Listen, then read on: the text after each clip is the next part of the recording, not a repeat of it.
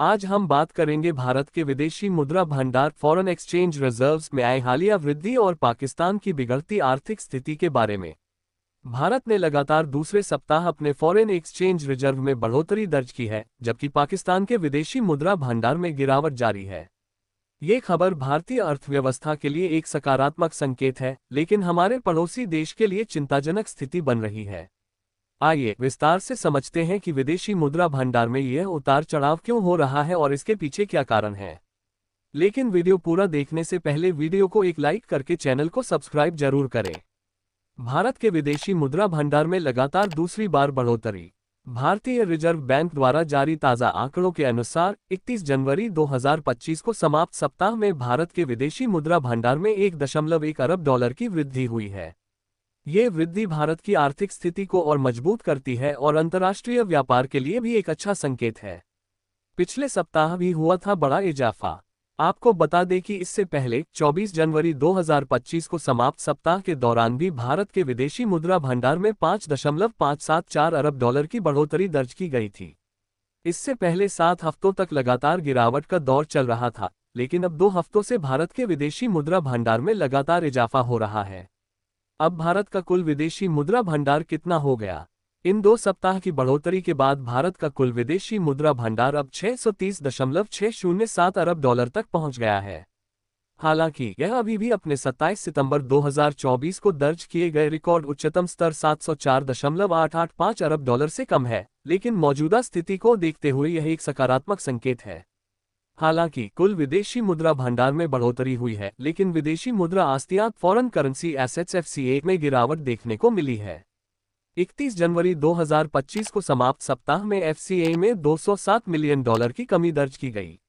अब भारत की कुल विदेशी मुद्रा आस्तियां घटकर 537.684 अरब डॉलर रह गई हैं।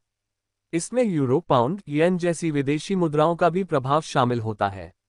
भारत के विदेशी मुद्रा भंडार का एक अहम हिस्सा स्वर्ण भंडार गोल्ड रिजर्व्स होता है, और इसमें इस बार शानदार बढ़ोतरी देखी गई।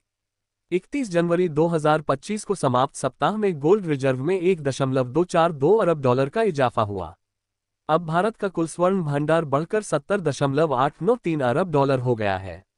विशेष आहरण अधिकार स्पेशल ड्रॉइंग राइट्स SDR, जो अंतर्राष्ट्रीय मुद्रा कोष IMF द्वारा जारी किया जाता है, इसमें भी मामूली इजाफा हुआ है। SDR में 29 मिलियन डॉलर की बढ़ोतरी दर्ज की गई। अब SDR बढ़कर 17.889 अरब डॉलर हो गया है। IMF अंतर्राष्ट्रीय मुद्रा कोष के पास रखे भारतीय भंडार में 14 मिलियन डॉलर की गिरावट दर्ज की गई। अब ये घटकर 4.141 अरब डॉलर रह गया है। जहां एक तरफ भारत अपने विदेशी मुद्रा भंडार में बढ़ोतरी देख रहा है, वहीं दूसरी ओर पाकिस्तान की अर्थव्यवस्था लगातार संकट में फंसती जा रही है। 31 जनवरी 2025 को समाप्त सप्ताह के दौरान पाकिस्तान के विदेशी मुद्रा भंडार में 8 मिलियन डॉलर की गिरावट दर्ज की गई। अब पाकिस्तान का कुल विदेशी मुद्रा भंडार घटकर 16.044 अरब डॉलर रह गया है। पाकिस्तान में विदेशी मुद्रा भंडार में लगातार गिरावट का कारण बढ़ता व्यापार घाटा। पाकिस्तान का आयात बढ़ रहा है, लेकिन निर्यात में ज्यादा बढ़ोतरी नहीं हो रही है, जिससे व्यापार घाटा बढ़ता जा रहा है। IMF से कर्ज पर निर्भरता। पाकिस्तान लगातार अंतर्राष्ट्रीय मुद्रा कोष IMF से कर्ज ले रहा है, लेकिन उसे चुकाने में दिक्कतें आ रही हैं। राजनीतिक अस्थिरता। पाकिस्तान की सरकार और आर्थिक नीति में अस्थिरता के कारण निवेशक वहां निवेश करने से बच रहे हैं।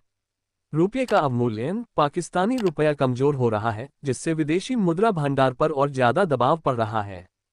क्या भारत का विदेशी मुद्रा भंडार आगे और बढ़ेगा?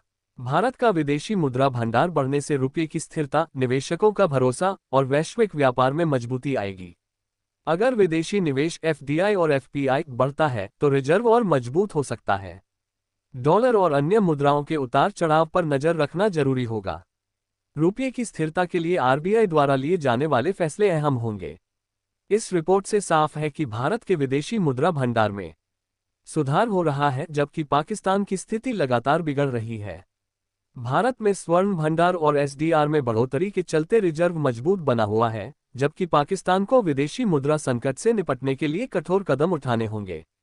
अगर आपको यह वीडियो पसंद आए तो वीडियो को लाइक, शेयर और चैनल को सब्सक्राइब जरूर करें। जल्द मिलते हैं एक नई वीडियो के साथ, तब तक के लिए धन्यवाद।